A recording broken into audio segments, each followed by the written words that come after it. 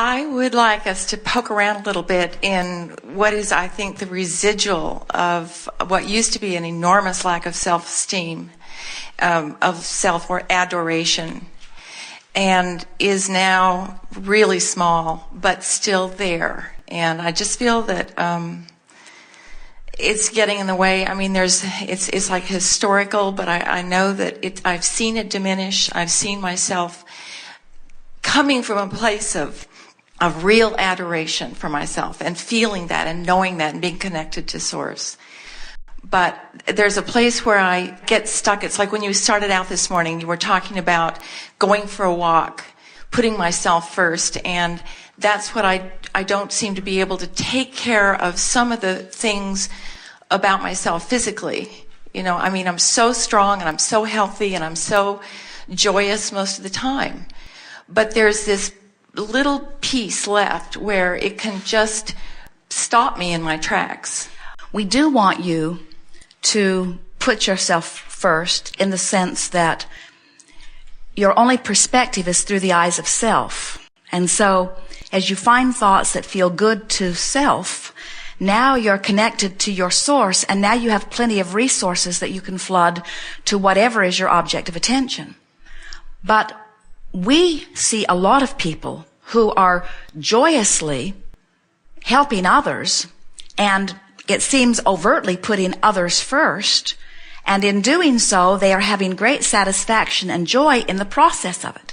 In other words, a mother who tends to her child is certainly putting her child in the position that you would call first, but she is getting enormous satisfaction from it because she is fulfilling something that she's intended for a very long time. So there's no discord in that. The discord comes in doing something for someone and resenting doing it. In other words, you are putting yourself first when you are serving others and joyful in the serving. The discord comes when you are feeling that your resources are limited and there's not enough of you to go around, and so you are doing it out of obligation rather than out of wanting to do it. So let's call it allowing and resisting rather than doing for others or doing for myself. Allowing or resisting. So I can do for myself and allow the energy to flow, or I can do for others and allow the energy to flow. Or I can do for myself and not allow the energy to flow, or I can do for others and not allow the energy to flow. But it's not the action, it's not the function of what I'm doing, it's the function of how I'm feeling while I'm doing it, you see. So, as we've been talking about these different emotional set points, we can feel, as you said in your very clear words, that you have come a long way. In other words, you can feel that you have been coming more and more into self-appreciation, especially recently, but over time.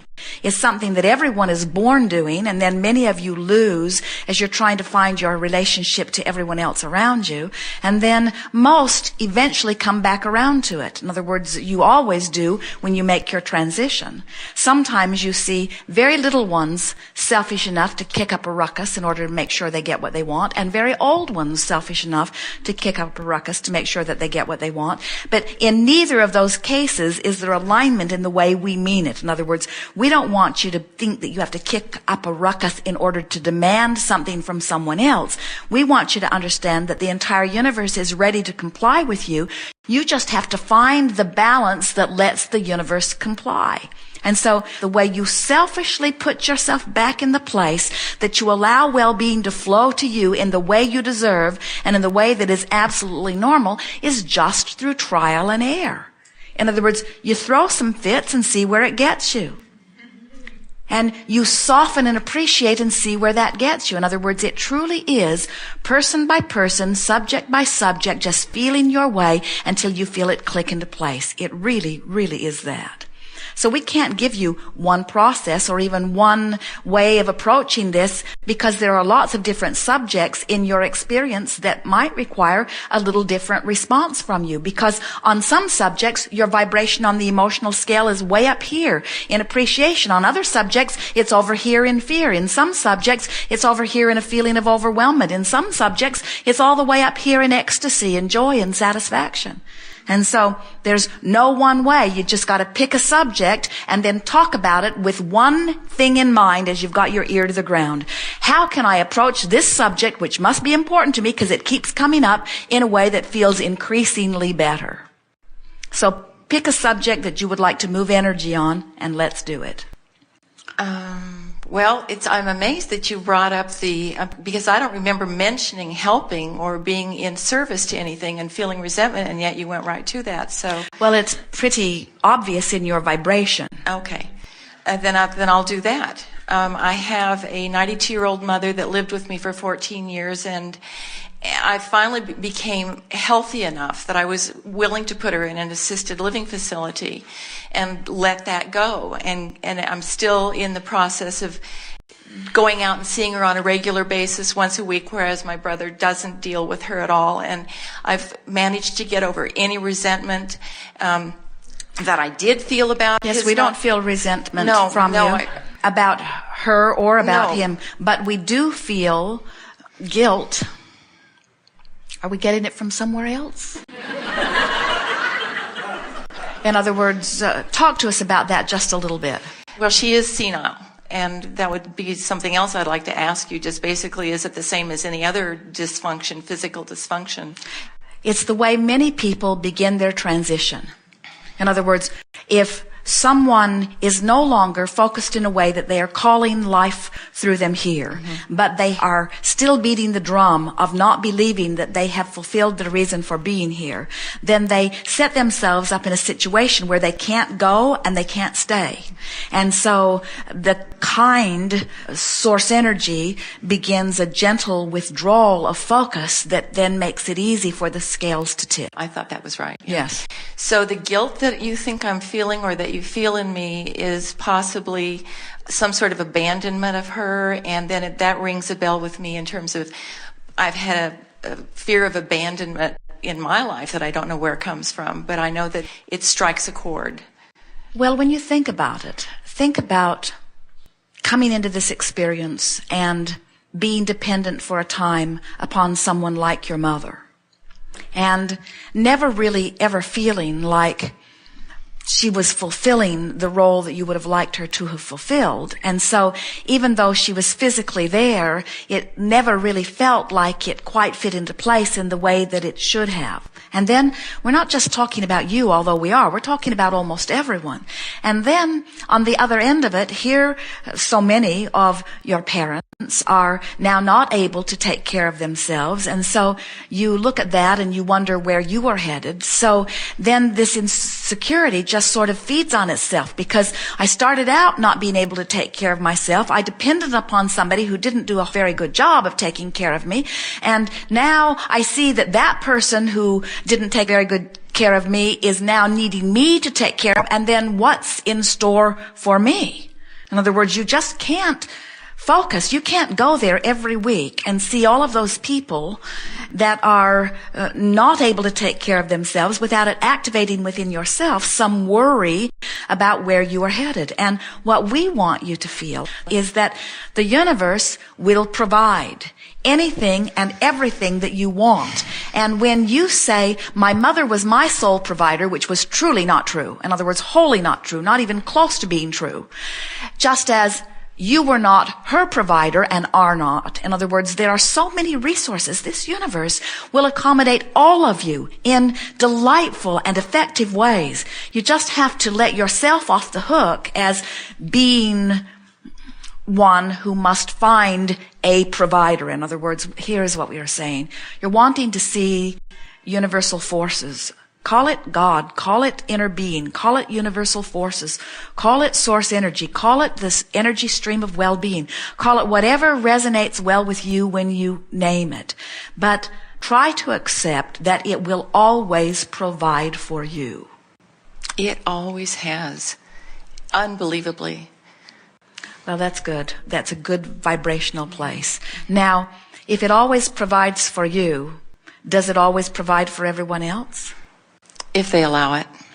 And if they don't allow it, can you fill that void? No, I cannot. So you've come to the place where you are willing to let everyone be their own independent advocate of well-being. You're really ready to allow that? I am. Coming from a place of being a fixer of everything. I would fix people to death till they were on their knees, and now I don't do that. So we believe you. We can feel that vibrational trek that you've made. So now, where are you and what do you want us to help you with? It's almost like there's a dichotomy. There's a dual personality in the sense that sometimes when I'm out in the world, in the flow, I am in sometimes ecstatic joy. I just feel there's an Abraham tape in my car all the time. I've been focusing on it for 7 years. I've made incredible changes in my life.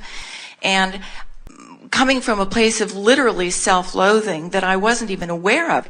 And now I've processed it to just this occasional, when I'm almost like when I'm exhausted and I don't give myself permission to go to bed early.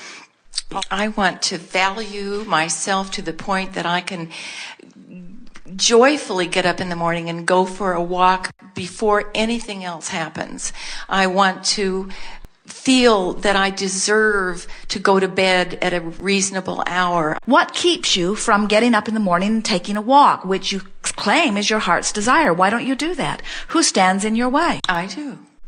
Because it is frivolous, because it is irresponsible, because there are more important things to be done? Exactly, and the biggest whine that I have, up until a month ago when the last tape came out, which was the first time I'd heard you talk about enjoying everything that you do and not being in overwhelmment, was, it was like reverse. I hit the tape, reverse, forward, reverse, so many times until it finally sank in that if I took pleasure in whatever I did and just turned over and let go the rest, I finally am moving out of that overwhelmment. And this feels like the last little piece of it. If I can now just move into a place where I love myself so much, really, truly love myself so much, that I can get up and not worry about taking there are a care lot of of ways of going about that, and we want to guide you to that. But how about this? This is a different tact. How about everything that I think that I need to do is all in order to propel me to some place that when I get there, I think I will be happier. So everything that I am doing, no matter what it is, all of my lists of right and wrongs are all about me getting to a manifestation that I believe then I will be happier. So why don't I take a shortcut and just go get happy? Exactly. We encourage you to test this. This is not a theory that we are practicing for the first time on humans. Unlike your medical research. This is the way the universe operates. In other words, everything about law of attraction and this inclusion-based universe is about this. And the happier you are, the more you allow all of the things that you've been saying you want. Mm-hmm. So we have an assignment for you. We want you to please you first. And we want you to tell everyone else to take a flying leap. Only problem is, you too. Only thing is, in your case, there are not that many others that you will be able to tell to take a flying leap. In other words, there are not a lot of others that are making demands on you. It is your own internal contradictions. It's like Esther. She will say, I am free to do anything in the world that I choose to do. For me to ever be in a moment of complaining is as screwy as it gets.